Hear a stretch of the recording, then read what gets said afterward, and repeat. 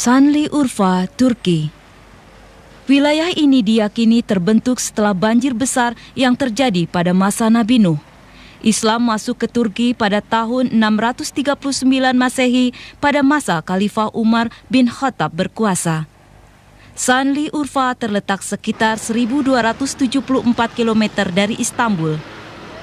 Nama Şanlıurfa berasal dari kata urha yang artinya pukul. Kata itu terlontar pada saat Namrud, Raja Babilonia, diserang oleh seekor nyamuk yang hinggap memasuki telinganya. Namrud berteriak, "Urha, urha, urha," menyuruh para menterinya memukul kepalanya karena ia tak sanggup menahan sakit yang diakibatkan nyamuk tadi. Sejak itulah wilayah tersebut disebut Urfa.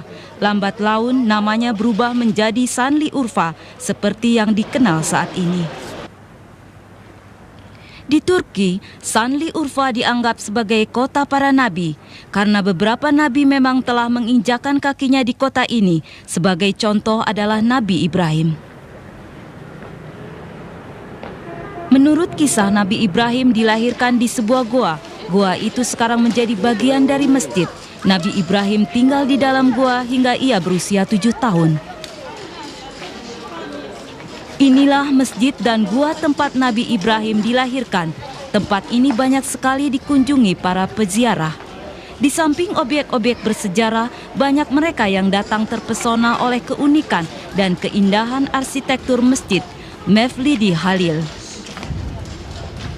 Tempat kelahiran Nabi Ibrahim juga disebutkan berada di sebuah desa pertanian di Garab, Irak. Gua itu cukup sempit dan di dalamnya hanya dapat menampung beberapa orang saja. Mata air yang terkurung di sini membentuk sebuah kolam kecil di gua ini. Para penduduk setempat mengatakan bahwa air ini dapat menyembuhkan penyakit. Dalam riwayat mengenai Nabi Ibrahim, Namrud yang lali menjadi musuh terbesarnya yang berusaha membunuhnya. Disinilah tempat yang dipercaya sebagai bekas lokasi Namrud membuat api unggun besar untuk membakar Nabi Ibrahim. Namun kehendak Namrud tak terwujud. Suatu keajaiban gaib yang menyelamatkan Ibrahim terjadi.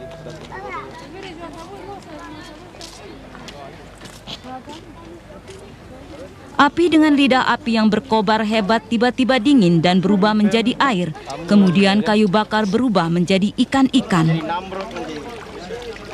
Ribuan ikan yang dianggap sebagai hewan suci hidup di Danau Halil Ur-Rahman dan Danau Ain Zeliha yang terletak di kompleks wisata Halil Ur-Rahman. Kompleks ini dengan sebuah masjid dan sebuah tanah pemakaman yang dibangun tahun 1211 oleh Malik Ashraf Muzaffaruddin, penguasa pada masa itu. Ini adalah salah satu peninggalan bersejarah di Şanlıurfa. Menurut keterangan masyarakat di sana, artefak itu adalah singgasana Namrud yang diletakkan di atas sebuah bukit. Kenyataan bahwa Namrud meletakkan singgasananya di puncak sebuah bukit mencerminkan kegagalannya. Istana Namrud ditemukan di sebuah wilayah pertanian di Garab, Irak. Istana itu juga dibangun di puncak sebuah bukit. Namrud atau Namrud bin Kan'an dahulu adalah seorang raja Babilonia. Kerajaan Babilonia dulu merupakan sebuah kerajaan besar, meliputi sebuah wilayah besar timur jauh dan timur tengah pada abad 20 sebelum Masehi. Ibu kota kerajaan adalah kota Babilonia yang sekarang terletak di tepi sungai Efrat di Irak. Orang-orang Babilonia adalah golongan masyarakat yang telah mencapai keunggulan dalam bidang material. Kemakmuran dalam bidang itu pada masa itu memang tak tertandingi. Hal inilah yang membuat Namrud semakin angkuh. Meskipun pembangunan material dan fisiknya sangat bagus, orang-orang Babilonia mengabaikan pembangunan spiritual. Keimanan dan akidah dikorbankan demi kesenangan dan urusan duniawi. Kaum fakir miskin terlupakan selama di bawah kekuasaan bertangan besi Namrud dan para menterinya sangat menindas. Namrud adalah seorang yang kejam dan menggunakan kekuasaannya untuk menindas rakyatnya. Semua perintahnya harus selalu dipatuhi. Barang siapa yang menentang pasti dibunuh. Sebuah bangunan yang menyerupai sebuah rumah kecil di belakang tempat ini masih lebih utuh jika dibandingkan dengan semua sisa peninggalan di wilayah ini. Lembah ini kemungkinan besar dulunya sebuah daerah aliran air yang berujung di wadah batu ini. Wadah itu menggambarkan tentang orang-orang Babilonia yang pernah menguasai pekerjaan pemotongan dan pembentukan batu. Sebagian besar sisa reruntuhan di sini masih belum diteliti.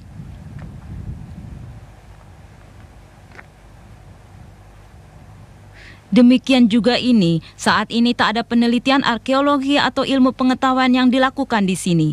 Batu-batu cadas ini diyakini sebagai sisa parit air yang mengaliri air dari sumbernya ke istana.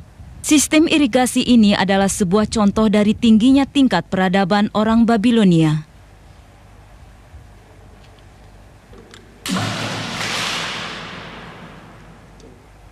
Namrud memegang sebuah kekuasaan yang sangat kuat.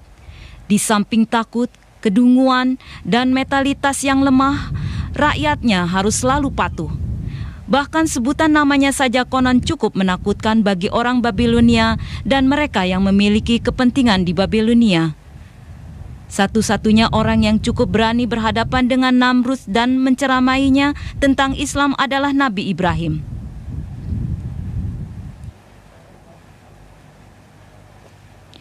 Çikofe adalah nama makanan tradisional Turki yang populer, khususnya di daerah Şanlıurfa.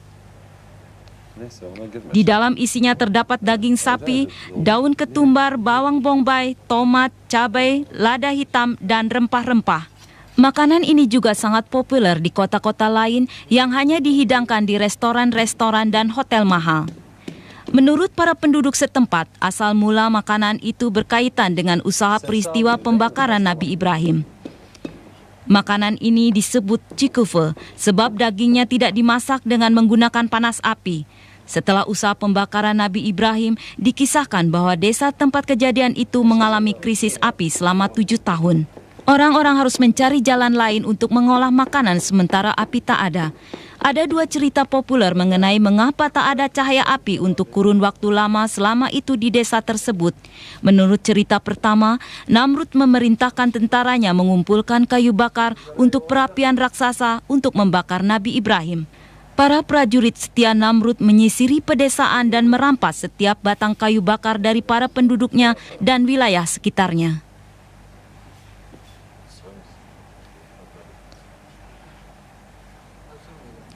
Cerita kedua menyebutkan bahwa para penduduk desa itu tak dapat membuat perapian selama beberapa tahun dikarenakan hukuman Allah atas mereka yang ikut ambil bagian dari usaha pembakaran Nabi Ibrahim.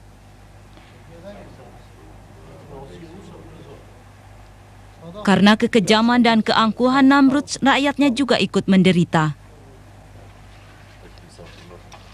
Suatu hal yang menarik dalam menghidangkan çikofe adalah penggunaan es. Mungkin ini adalah satu-satunya makanan di dunia yang menggunakan es sebagai bagian persiapan memasaknya. Daging cincang yang dimasak setelah lebih kurang setengah jam lalu diremas dengan campuran rempah-rempah, cabai, dan lada hitam. Penggunaan es adalah untuk mendinginkan tangan-tangan mereka yang mengeleni daging. Tak banyak orang di sini yang tahu bagaimana membuat çikofe.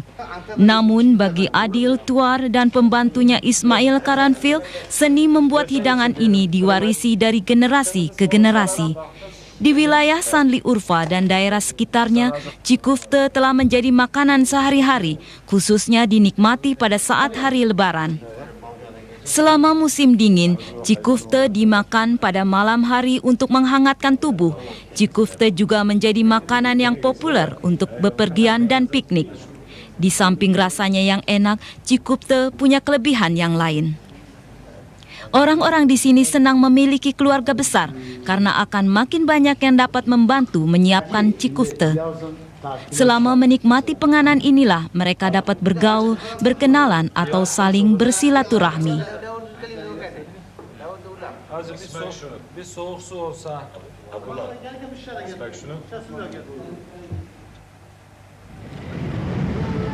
Peninggalan-peninggalan Namrud lainnya ditemukan di Namrud Dağ atau Gunung Namrud, 105 km dari kota terdekat, Adıyaman.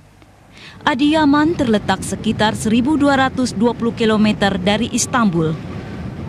Kuil Namrud dikatakan berada di Abiy Garab, Irak. tempat Namrud dan pengikutnya menyembah Tuhan mereka, Nabu, putra dari Marduk. Adiyaman dan daerah sekitarnya dahulu pernah berada di bawah kekuasaan kerajaan Komagen di abad pertama sebelum Masehi. Beberapa ribu tahun berlalu dan wilayah itu menjadi bagian kerajaan Babilonia yang luas. Gunung Namrud terletak di pegunungan Anti-Taurus dengan puncak tertinggi 2.100 meter. Lokasi bersejarah ini ditemukan pada tahun 1881. Di tahun 1987, UNESCO menyatakan tempat ini sebagai salah satu warisan dunia. Kerajaan Komagen kemudian ditaklukkan orang Romawi di tahun 1780. Wilayah itu kemudian dikuasai oleh Kerajaan Ottoman di tahun 1516 Masehi.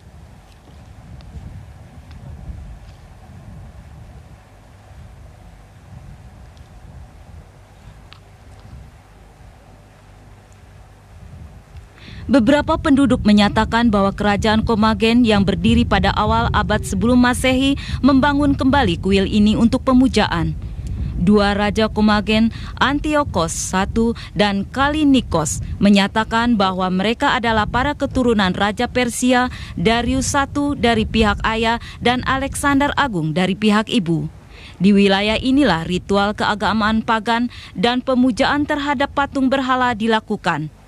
Susunan kata-kata kuno setinggi 5 cm ini adalah aksara dalam bahasa Hellenia. Rupa berhala dipahat pada bilah-bilah batu atau patung untuk disembah pada saat kegiatan keagamaan. Kepala patung berhala telah menjadi objek wisata yang menarik di daerah ini. Di sana terdapat 5 patung manusia dan 4 bentuk hewan. Menurut para penduduk setempat, patung-patung berhala berukuran tinggi 8-10 meter telah hilang kepalanya akibat suatu gempa bumi besar. Beberapa penelitian menyimpulkan bahwa patung berhala berjanggut adalah Zeus, dewa tertinggi.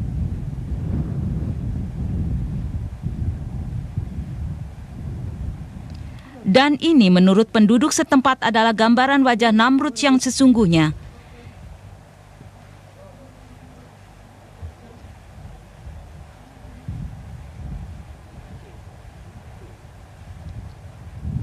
Jika apa yang mereka katakan benar, maka ekspresi yang ditunjukkan wajahnya tak mengungkapkan sifat aslinya.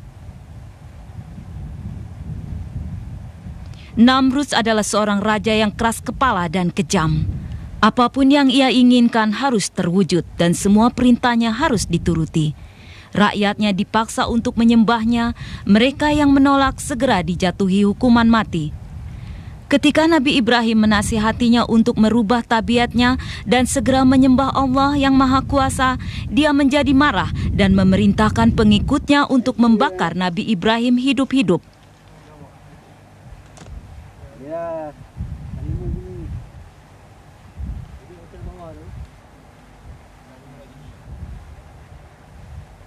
Nabi Ibrahim adalah putra dari Azar bin Tahar, bin Sharud, bin Ra'u, bin Falij, bin Abir bin Shalih, bin Arfakshad, bin Sam, bin Nuh.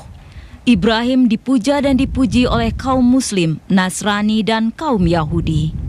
Dia adalah salah satu dari 5 Nabi Ulul Azmi, 5 Nabi yang terdekat dengan Allah atas sumbangsih dan ketakwaan mereka.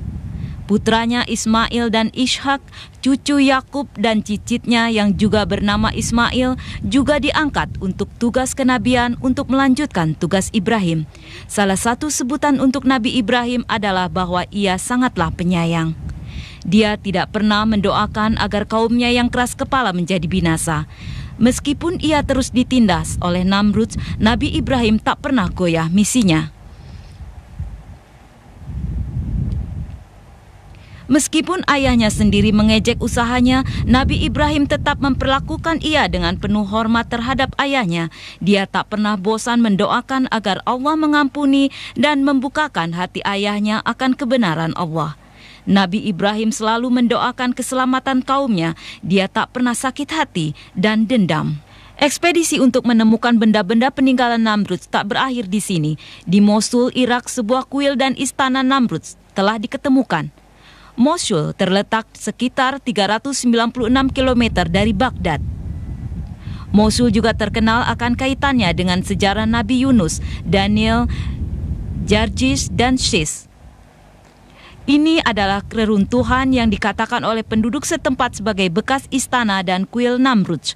Sebagian orang mengatakan bahwa kuil ini dibangun kembali oleh seorang raja Assyria, Asyur Nasirpal II, yang memerintah antara tahun 883 sampai 859 sebelum Masehi.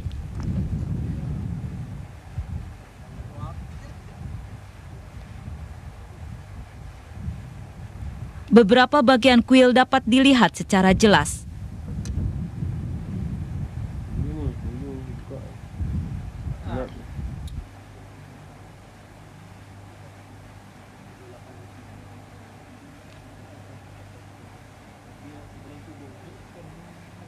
Namun, perbaikan kuil ini tidaklah dilakukan dengan sungguh-sungguh.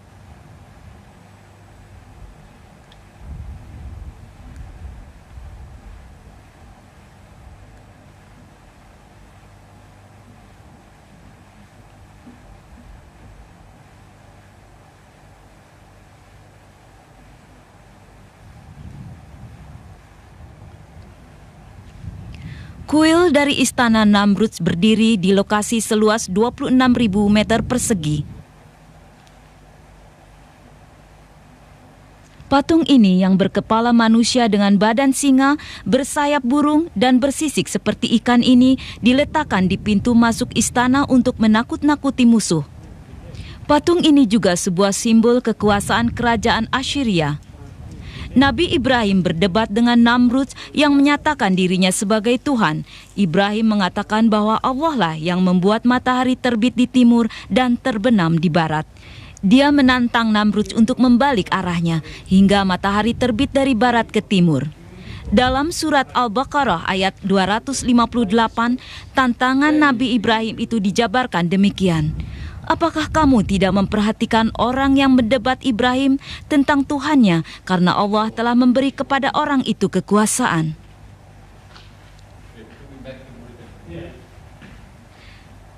Ibrahim mengatakan, Tuhanku ialah yang menghidupkan dan mematikan. Orang itu berkata, saya dapat menghidupkan dan mematikan. Ibrahim berkata, sesungguhnya Allah menerbitkan matahari dari timur, maka terbitkanlah matahari itu dari barat. Lalu heran dan terdiamlah orang kafir itu, dan Allah tidak memberikan petunjuk kepada orang-orang yang zalim.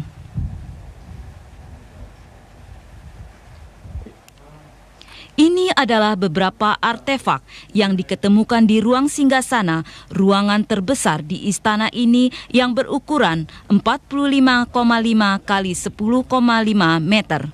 Dinding batu pualam dan batu berpahatkan simbol sebuah syair raja dan tokoh-tokoh yang kekal.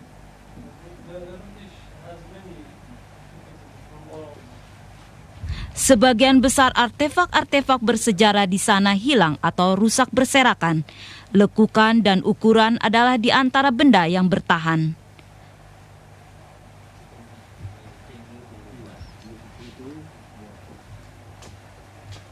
Ukiran ini berada di pintu utama perpustakaan.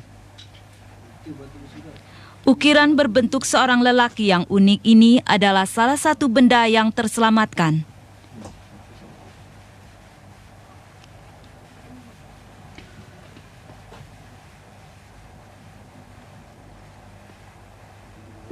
Ini adalah makam salah seorang putri Namrud, Yabaya.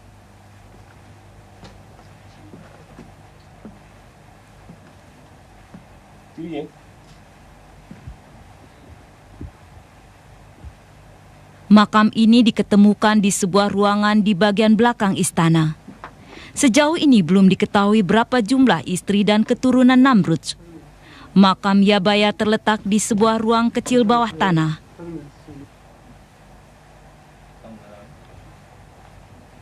Tak ada peti mati maupun artefak-artefak lainnya yang diketemukan di ruangan yang kecil dan gelap ini.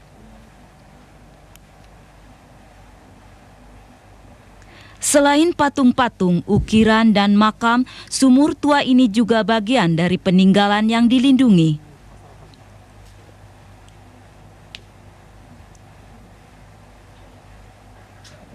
Menurut penduduk setempat, ini adalah makam salah satu istri Namrud yang namanya tak diketahui.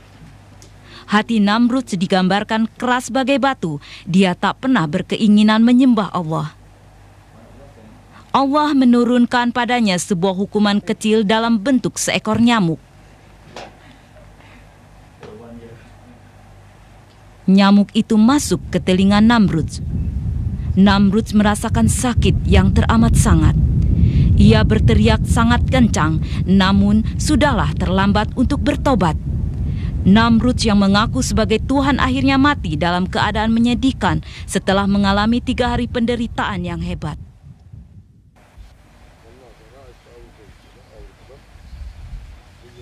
Ini adalah daerah subur Efes di wilayah barat Turki. Menurut catatan sejarah, Efes telah ada sejak 500 tahun sebelum lahirnya Nabi Isa. Beberapa kalangan mengatakan bahwa kota Efes telah didiami sejak 16 abad sebelum Masehi. Efes pernah diperintah oleh banyak kekuasaan. Pada tahun 574 sebelum Masehi, Efes telah dikuasai oleh kerajaan Persia. Efes juga pernah jatuh ke tangan Alexander Agung, yang kemudian wilayah tersebut menjadi daerah penduduk Roma. Efes terkenal akan kesuburan dan kemampuan penduduknya dalam memelihara tradisi mereka hingga tetap utuh. Salah satu warisan dari penduduk setempat adalah makanan tradisional Anatolia, yaitu makanan lezat setempat seperti kue yang disebut patslama. Bahan utamanya adalah tepung, gula, dan minyak sayur. Patslama adalah bagian dari seni boga tradisional hasil warisan generasi terdahulu. Di wilayah timur, penduduk di Sanli Urfa juga memiliki makanan tradisionalnya yang disebut cikufte. Di wilayah timur, penduduk di Sanli Urfa juga memiliki makanan tradisionalnya yang disebut cikufte. Nama Efes sering pula dikaitkan dengan kisah sekelompok pemuda beriman yang melarikan diri dari pengejaran raja yang lalim. Kala itu mereka bersembunyi di sebuah gua hingga mereka tertidur. Mereka tidur selama ratusan tahun.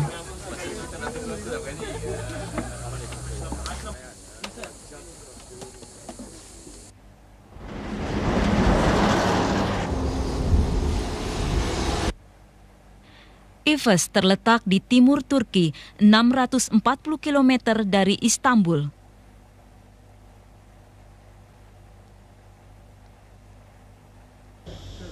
Kisah Ashabul Kahfi atau seperti yang disebutkan dalam Al-Quran diyakini penduduk setempat berlokasi di sebuah gua di Efes.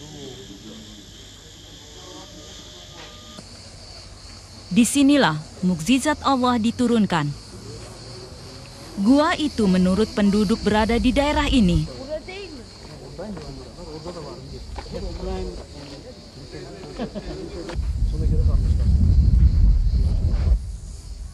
Dikisahkan bahwa ibunda Nabi Isa, Siti Maryam dan temannya Johana pernah ke daerah ini dalam misi menyebarkan ajaran Nasrani.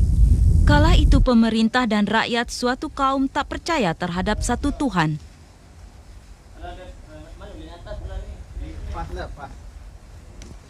Siapa saja yang memeluk agama Nasrani akan dihukum. Sekelompok pemuda melarikan diri untuk menyelamatkan keyakinan mereka terhadap Allah.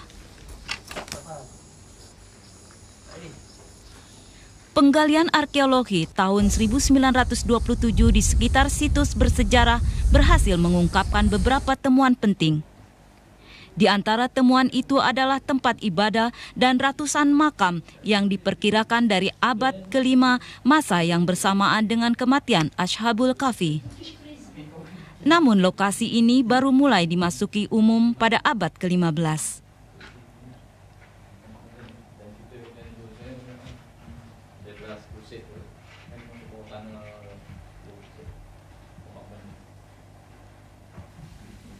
Fungsi dari sisa peninggalan belum terungkap, meskipun diteliti secara seksama. Ditambahkan pula mengenai temuan tulisan tangan di beberapa tempat yang menceritakan tentang gua berpenghuni bahwa mereka dimakamkan di daerah ini. Kral Dekenios zamanında sayılarını Allah bilir. 6 genç, bir tane de köpekleriyle beraber inandılar ve zulümden buraya kadar kaçıp geldiler. Burada Cenab-ı Allah onları bir rivayete göre 300, bir rivayete göre de 309 sene ölmeden uyku halinde bunları burada muhafaza etti. Bunlara 7 uyurlar denmektedir. Ki efendim bu 7 uyurlar 1, 2, 3, 4, 5, 6 ve bir de köpekler olmak üzere 7 uyurlardı. Tabiatıyla bunların gerçek sayısını Cenab-ı Allah bilir.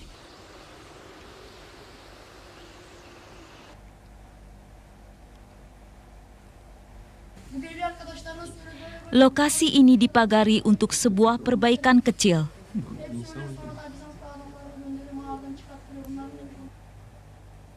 Makna keberadaan peti mati dari batu di lokasi ini belum diketahui.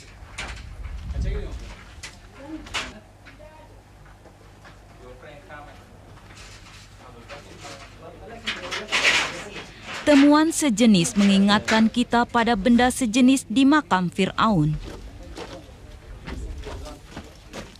Peti mati batu ditemukan di dekat pintu utama. Batu itu tampaknya sengaja ditempatkan untuk mengelabui musuh atau penjara makam yang masuk.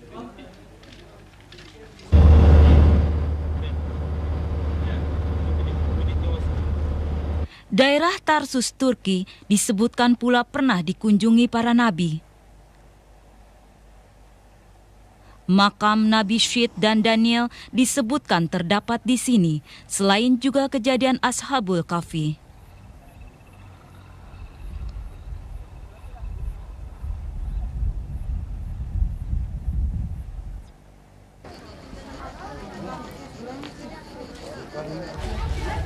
Ini adalah lokasi yang diduga tempat kisah Ashabul Kahfi terjadi. Sekarang gua ini sering dikunjungi para peziarah di musim liburan. Jumlah mereka yang datang bisa berlipat ganda.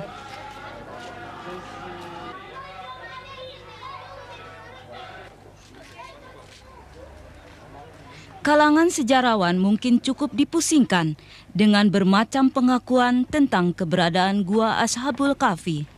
Kitab suci Al-Quran sendiri tak menyebutkan secara tepat lokasi dan waktu kejadiannya. Namun yang terpenting adalah makna yang terkandung di balik peristiwa itu.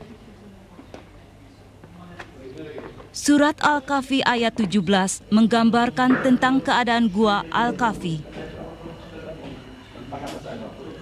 Ada yang menyebutkan tentang sinar matahari yang masuk ke dalam gua dan menerangi ruangan di dalamnya. Mungkin ini cukup menjelaskan tentang keadaan gua itu.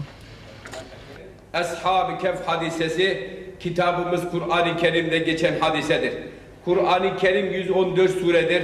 18. suresi Kehf suresidir. Kehf suresinin 9. ayetinden 27. ayetine kadar bu hadiseden bahseder.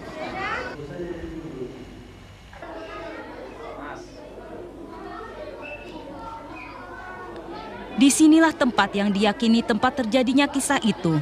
Keajaiban Ashabul Kahfi yang disebutkan Allah lewat Al-Quran terdapat dalam surat Al-Kahfi ayat 7-26. Banyak orang mengakui bahwa penjelasan tentang sinar matahari itu mengungkap bukti baru bahwa gua Ashabul Kahfi ini lebih mendekati seperti gambaran surat Al-Kahfi ayat 17.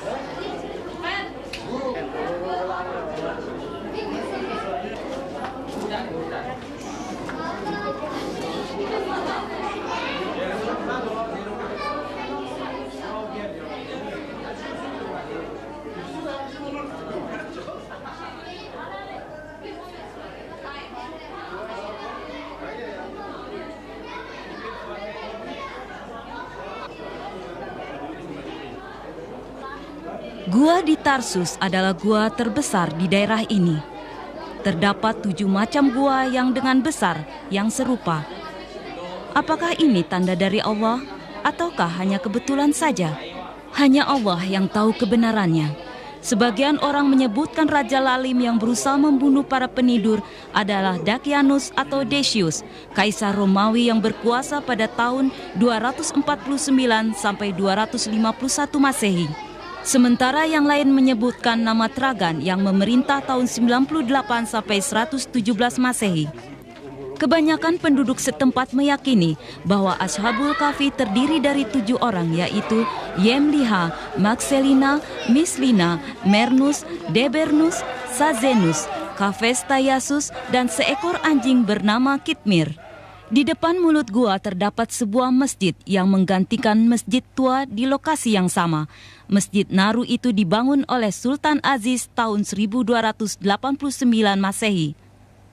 Al-Quran tak menyebutkan jumlah mereka secara pasti. Dalam surat Al-Kahfi ayat 22 Allah berfirman, nanti ada orang yang akan mengatakan jumlah mereka adalah 3 orang, yang keempat adalah anjingnya, dan yang lain mengatakan mereka berlima ditemani seekor anjingnya, sebagai terkaan terhadap sesuatu yang gaib, dan yang lain lagi mengatakan 7 orang, yang ke-8 adalah anjingnya. Katakanlah, Tuhanku lebih mengetahui jumlah mereka, tak ada orang yang mengetahui jumlah mereka kecuali sedikit.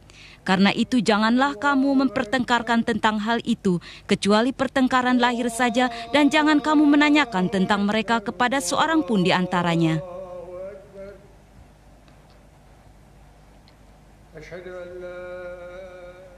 Menurut penduduk setempat, setelah wafatnya Rasulullah, Bilal datang ke tempat ini untuk mengunjungi gua Ashabul Kahfi. Bilal tinggal selama 20 tahun dan tidur di rumah yang dulunya tepat berada di lokasi masjid berada. Satu-satunya peninggalan yang tersisa adalah sumur tua sedalam 17 meter yang dikatakan sebagai tempat Bilal pernah mandi dan berwudu. Efendim, burası Bilal-i Habeşi'nin mübarek makamı. Hazreti Resulullah dünyadan ahirete gittikten sonra Bilal-i Habeşi buraya Ashab-ı Kehf'leri ziyarete gelmiş.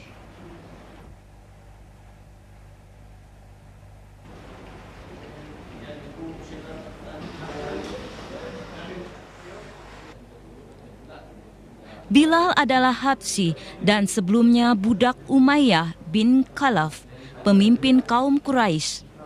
Rasulullah menganugerahinya sebagai muazim pertama dengan sebutan pemanggil orang untuk sholat.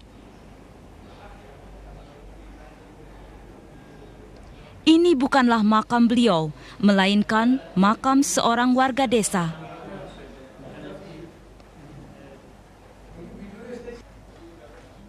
Bilal biasanya berkata kepada tuannya, meskipun tuan memanah dengan panah beracun atau menebas leher saya dengan pedang tajam, tuan tidak akan bisa merubah pikiran saya. Tuan tidak pernah bisa merubah keimananku kepada Islam dan percaya pada satu Tuhan. Bilal kemudian dibebaskan oleh Sayyidina Abu Bakar. Setelah tinggal di daerah itu lebih dari 2 minggu, dia melanjutkan perjalanan ke Syam untuk syiar Islam. Bilal meninggalkan Damaskus 20 tahun sebelum tahun Hijriah. Penduduk setempat menambahkan bahwa fakta tentang Bilal yang mengunjungi tempat tersebut mempertegas keberadaan gua Ashabul Kahfi. Misteri gua berpenghuni menjadi lebih menarik dengan ditemukannya beberapa gua yang ketiga di Afşin, Turki. Afşin terletak sekitar 1000 km dari Istanbul. Tempat ini merupakan kebanggaan warga setempat bukan karena berkaitan dengan Ashabul Kahfi, melainkan keindahan kompleks wisata dan masjidnya yang tertata rapi.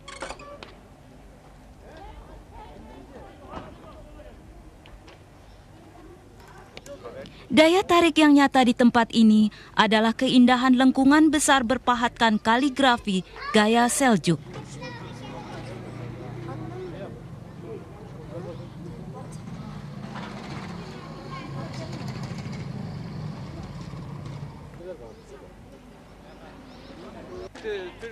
Tempat ini selalu dikunjungi para peziarah. Jumlahnya terus bertambah terutama di akhir pekan dan liburan. Ketika mereka mengetahui raja mengejar, mereka meninggalkan keluarga dan kampungnya untuk menyelamatkan keyakinan dan keimanan kepada Allah. Allah memberi mereka wahyu untuk bersembunyi di dalam gua. Tentara raja memutuskan untuk mengubur Ashabul Kahfi hidup-hidup dengan menimbun mulut gua, sehingga menjadi gelap gulita. Para pemuda tidak menyadari akan hal itu.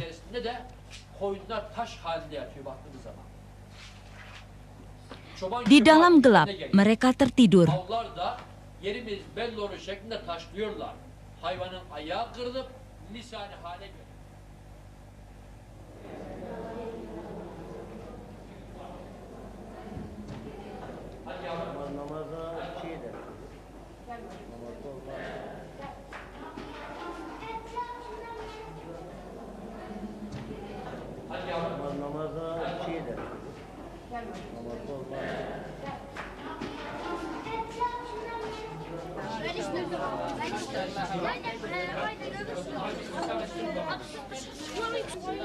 Air mancur tampak menyejukkan, terutama di musim panas.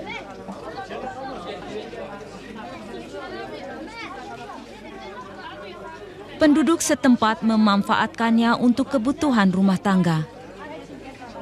Mereka percaya air itu berkhasiat menyembuhkan.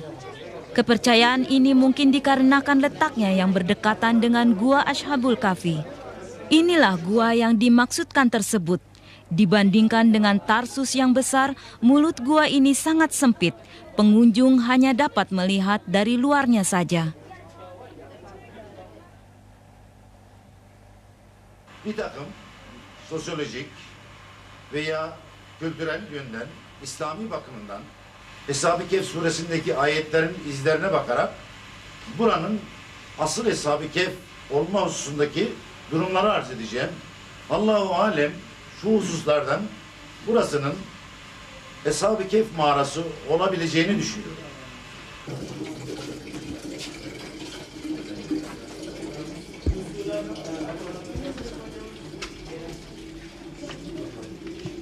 Gua ini sebenarnya terbuka lebar di antara bebatuan.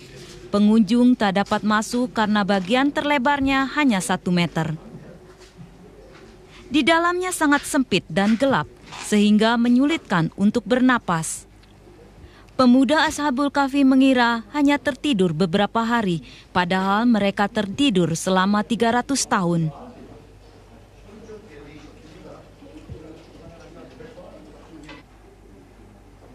Surat Al-Kahfi ayat 25 mengatakan, dan mereka tinggal dalam gua mereka 300 tahun dan ditambah tahun lagi. Setelah berdoa, satu di antara mereka keluar gua untuk membeli makanan di desa terdekat. Dia sangat keheranan melihat perubahan yang terjadi di sekitarnya, baik orang maupun sekelilingnya. Masjid yang dibangun di atas pondasi gereja ini dibangun pada masa kekuasaan Romawi. Masjid itu berdiri di sebelah gua tadi. Orang-orang Afsin percaya bahwa masjid itu memperkuat keyakinan akan gua tersebut. Di surat Al-Kahfi disebutkan bahwa rumah ibadah dibangun dekat gua untuk mengenang peristiwa tersebut. Pilar-pilar ini berasal dari berbagai peradaban Romawi, Kekaisaran Seljuk, Bizantium, dan Ottoman. Semua pilar itu berbentuk indah dan masih berfungsi. Setelah menyadari, pemuda Ashabul Kahfi mengetahui mereka telah tidur selama 300 tahun.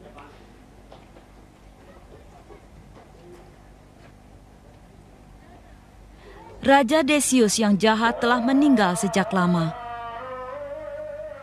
Baedrus atau Theodosius yang berkuasa saat itu adalah raja yang baik.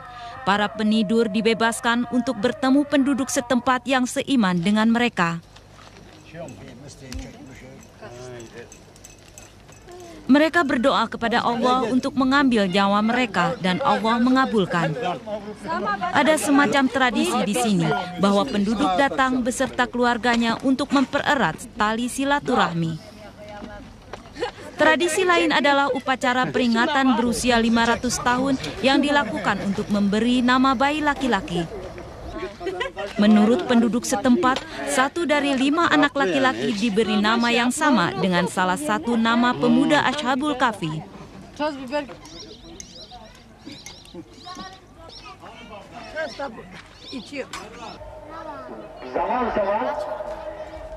Ashabul Kahfi adalah kisah nyata yang diceritakan dalam Al-Quran. Keterangan rinci mengenai mereka memang tak disebutkan secara jelas. Gua lainnya diakui sebagai Gua Ashabul Kahfi juga diyakini berada di sini.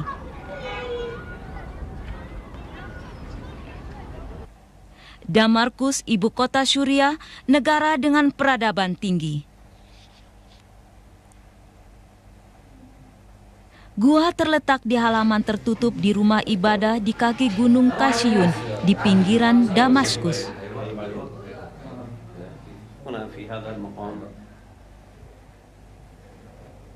Ada peninggalan yang memperkuat pernyataan tersebut. Nama penduduk setempat benar-benar yakin bahwa itu adalah Gua Ashabul Kahfi. Gua-gua ini juga disebutkan berada di Amman, Yordania. Beberapa temuan purbakala dan tulisan kuno ditemukan di dalam dan di sekitar gua yang memperkuat keberadaan Gua Ashabul Kahfi.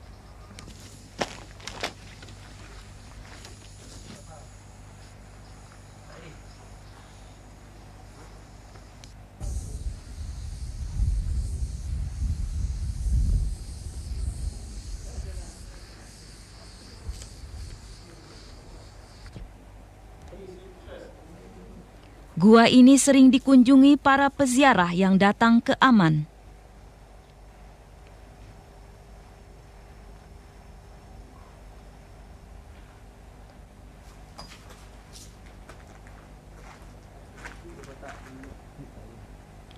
Peristiwa ganjil tentang Ashabul Kahfi berhubungan dengan janji Allah akan hari akhir. Demikian kami jadikan kejadian itu untuk diberitahukan kepada orang-orang bahwa mereka tahu janji Allah adalah benar dan bahwa tidak akan ada keraguan.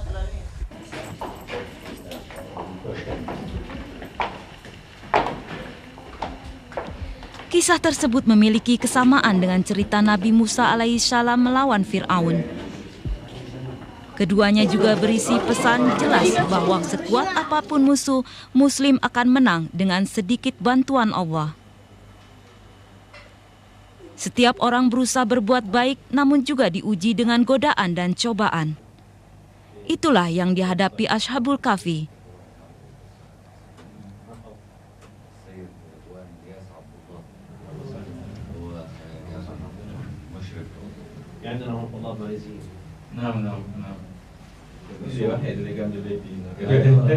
Mereka tetap teguh pada keyakinannya dan tidak berhenti berdoa kepada Allah untuk bimbingan dan kekuatan batin. Dengan berdoa, mereka menjadi tidak takut atau ragu. Pada kenyataannya, mereka memang mendapat kedamaian, percaya diri, dan kekuatan.